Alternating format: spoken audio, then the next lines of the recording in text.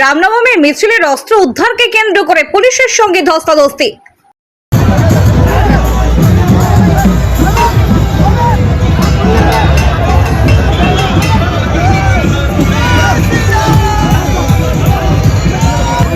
রামনবমী উপলক্ষে গোটা দেশের পাশাপাশি পূর্ব বর্ধমানেও আজ রামনবমীর শোভাযাত্রা বের হয়। বিকেলের পর থেকে শহরের বিভিন্ন জায়গার শোভাযাত্রা এসে একত্রিত হয় বর্ধমান কার্জন গেট রামলীলা মঞ্চের সামনে। সেখানে দেখা যায় শহরের একাধিক রামলালা কমিটির রাম ভক্তরা কাটারি, হাসুয়া, নাইন চাক, স্টিলের পিস্তল সহ একাধিক অস্ত্র নিয়ে নাচানাচি করছে। সেখানে কয়েকটি অস্ত্র উদ্ধারও করে পুলিশ। পরে বড় নীলপুর মোড় থেকে আসা রামলালা কমিটির সদস্যদের হাতে দেখা যায় একাধিক তলোয়ার। সেই তলোয়ার উদ্ধার করতে ছুটে আসেন অ্যাডিশনাল এসপি সহ বিশাল পুলিশ বাহিনী। সেই অস্ত্র উদ্ধারকে কেন্দ্র করে পুলিশের সাথে ব্যাপক ধস্তাধস্তি হয় ওই রাম ভক্তদের। যদিও ওই রাম ভক্তদের কাছ থেকে কোনো অস্ত্র উদ্ধার করতে পারেনি জেলা পুলিশ, পরে তাদেরকে কার্জন গেট চত্বর থেকে সরিয়ে দেওয়া হয়।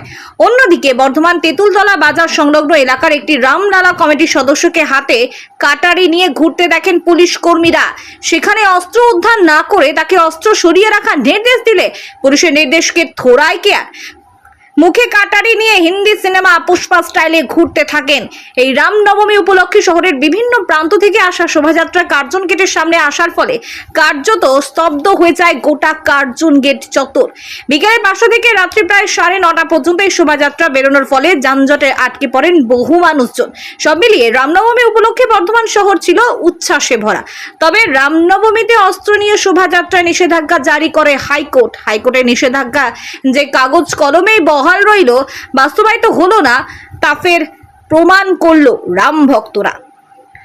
বর্ধমান থেকে সঞ্জিত করে রিপোর্ট, বিপি নিউজ পূর্ব বর্ধমান।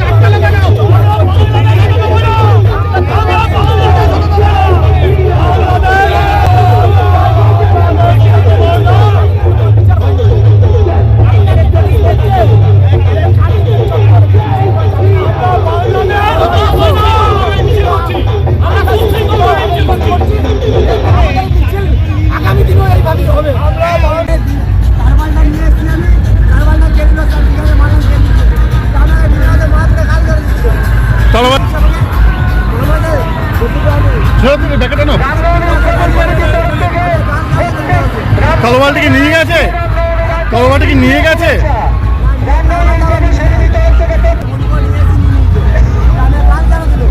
কোন কমিটি তোমরা? কি নাম তোমার? তলোয়ারটিকে